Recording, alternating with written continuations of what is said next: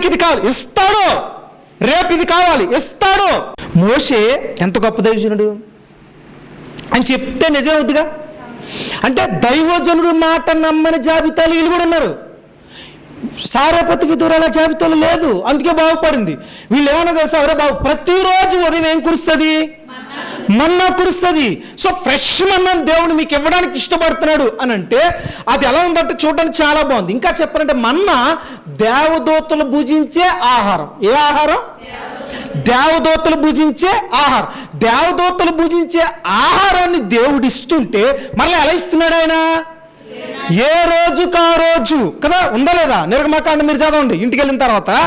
ఏ రోజుకు ఆ రోజు ఉంది. ఇప్పుడు కొంతమంది ఏం చేశారు, అయ్యా మన దైవజనుడైన మోషే గారు చెప్పారంటే దీంట్లో ఏ సందేహము లేదు, రేపు కురుస్తుంది, ఎల్లుండ కురుస్తుంది, ప్రతిరోజు దేవుడు కురిపిస్తాడు, ఎక్కడుంటే అక్కడ కురిపిస్తాడు. విచిత్రం తెలుసా, వాళ్ళు ఒక ప్లేస్లోనే ఉన్నారా?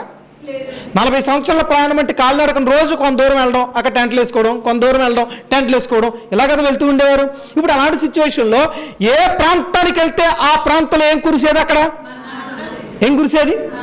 మళ్ళీ అది ఎప్పుడు? ఉదయమే. ఎప్పుడు చెప్పండి? ఉదయమే.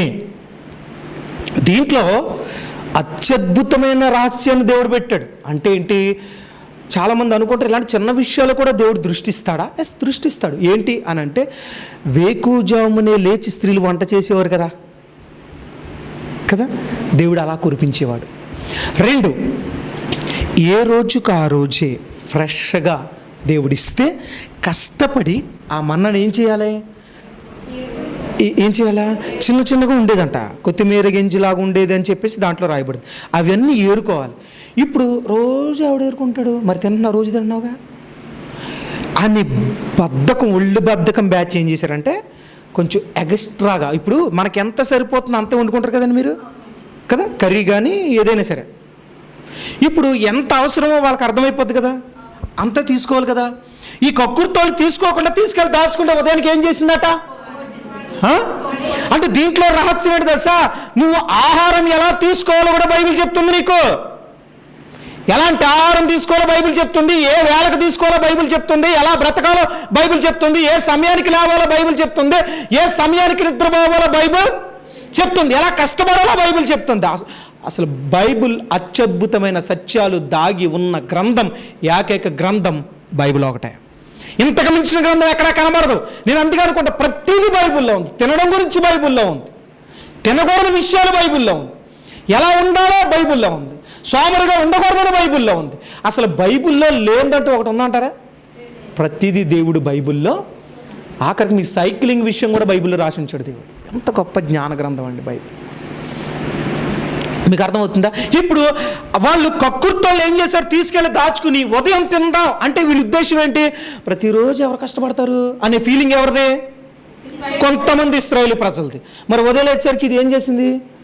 కంపు కొట్టింది. మళ్ళీ వాళ్ళు ఏం చేసేవారు? ఇప్పుడు ఎంత చేసిన పని వేస్టే కదా, వేస్టే కదా. చెప్పిన మాట వినకపోతే ఎక్కువ కష్టపడాల్సి వస్తుంది, చెప్పిన మాట వినకపోతే ఇంకా ఇబ్బందులు పాలవలసి వస్తుంది. అంతే కదండి. ఇప్పుడు నిన్న ఎక్కువ కష్టపడ్డారు, ఎందుకని ఇప్పుడు ఇంత ఏరుకోవాలి, ఆ సమయానికి అయిపోయేది. ఇప్పుడు ఓవర్ టైం చేస్తున్నారు కదా, ఓవర్ టైం చేస్తున్నారు లేదా? ఓవర్ టైం చేశారు, పోనీ దానివల్ల వచ్చే ఫలాన్ని ఏమైనా అనుభవించారా? కొన్ని సందర్భాల్లో దేవుని చిత్తాన్ని కాదని మన సొంత చిత్తంలో వెళ్తే నువ్వు ఓవర్ టైం రాత్రి దాకా కష్టపడినా డబ్బులు వస్తాయి, రాకుండా ఉండవు, కానీ నీకు ఉపయోగపడవు అంతే. ఉపయోగపడిందా వాళ్ళకి? చెప్పండి. మనకు కూడా ఏమవుదు? ఉపయోగపడదు. అంటే దేవుని చిత్తంలో ఉంటే ఏ రోజుకి ఆ రోజు దేవుడు ఏం చేస్తూ ఉంటాడు మనకి కదా. అందుకనే ఆయన శిష్యులకు ప్రార్థన నేర్పుతున్నప్పుడు దేవా అనుదిన ఆహారము మాకు దయచేయి. కొన్ని సందర్భాల్లో నిలవేసేసుకుందాం అంటే కుదరదు. కొంతమంది ప్రభువా ₹1,00,000 కూడా నిలవలేదు ప్రభువా, ఏం చేయమంటావు ప్రభు, ఎంతో కొంత నిలవ ఉండాలి కదా. ఏదైనా కష్టం వస్తే ఆ కష్టం రాకుండా దేవుడు ఆపుతున్నాడుగా, ఆ బలహీనత రాకుండా ఆపుతున్నాడుగా. చాలా సందర్భంలో మనం ఈ మాట అనుకుంటాం, ఇప్పుడు ఏదైనా జరిగితే డబ్బులు ఎక్కడి నుంచి వస్తే అసలు జరగాలని ఎందుకు కోరుకుంటున్నాం? జరగకుండా ఆపడానికే కదా దేవుని ఉద్దేశం. నీ దగ్గర డబ్బులు లేవు, ఆ జబ్బు నీకు రాదు. మీరు గుర్తుపెట్టుకోండి, కరోనాలో చచ్చిపోయింది ఎక్కువ మంది ఎవరు తెలుసా? ధనవంతులే. కరోనా టైం హాస్పిటల్ ఎక్కువ అడ్మిట్ అయింది ఎవరు తెలుసా? చెప్పండి. మనం ఎవరైనా అసలు కరోనాతో హాస్పిటల్లో 10,000 ఖర్చు పెట్టాం మనం. ఇప్పుడు చెప్పండి, దేవుడు గొప్పడు కదా. మన దగ్గర డబ్బు లేదని దేవుడికి తెలుసు, ఏ రోజు ఏమి ఇవ్వాలో దేవుడికి తెలుసు. ఆయన చిత్తంలో మనం నడిచాం కాబట్టి అది మనకివ్వడం. డబ్బు కావాలని పరిగెట్ట, జబ్బులు వచ్చినాయి. కానీ చూడండి, కరోనాలో కోట్ల రూపాయల వాళ్ళు బతకలా, గాలికి దీనికి గాలికి పెరిగి మనం బతికాం. నిజం కదా? ఏం లేదు, హ్యాపీ ఇంట్లో ఉన్నాం అంతే. డబ్బు ఉన్న వాళ్ళందరూ హాస్పిటల్ పాలయ్యి, బాబు నాకు ఆక్సిజన్ పెట్టండి, ఆక్సిజన్ పెట్టండి, ఆక్సిజన్ పెట్టండి. ఆక్సిజన్ సిలిండర్ కొరత వచ్చేసింది కదా టైంలో, వచ్చిందా లేదా? నర్సులు కొరత వచ్చింది, ఆక్సిజన్ సిలిండర్లు కొరత వచ్చింది. అంటే గాలి కోసం చచ్చిపోయారు కరోనా టైంలో, అలాంటి స్థితి. కానీ మనం అంత హ్యాపీగా ఉన్నాడు కరోనా టైంలో. అంటే నేను ఏమంటానంటే, ఇప్పటికిప్పుడు ఏదైనా వస్తే, అసలు వస్తే అనే ప్రశ్న నీకు వద్దు, అది రాకుండా ఎవరు ఆపుతున్నారా? దేవుడు ఆపుతున్నాడు. నీకు ఈ కష్టం వస్తుందా? కష్టం వచ్చేసరికి ఆ ద్వారం తెరుస్తాడు అంతే. ఈ సమయానికి ఇది కావాలి, ఇస్తాడు. రేపు ఇది కావాలి, ఇస్తాడు.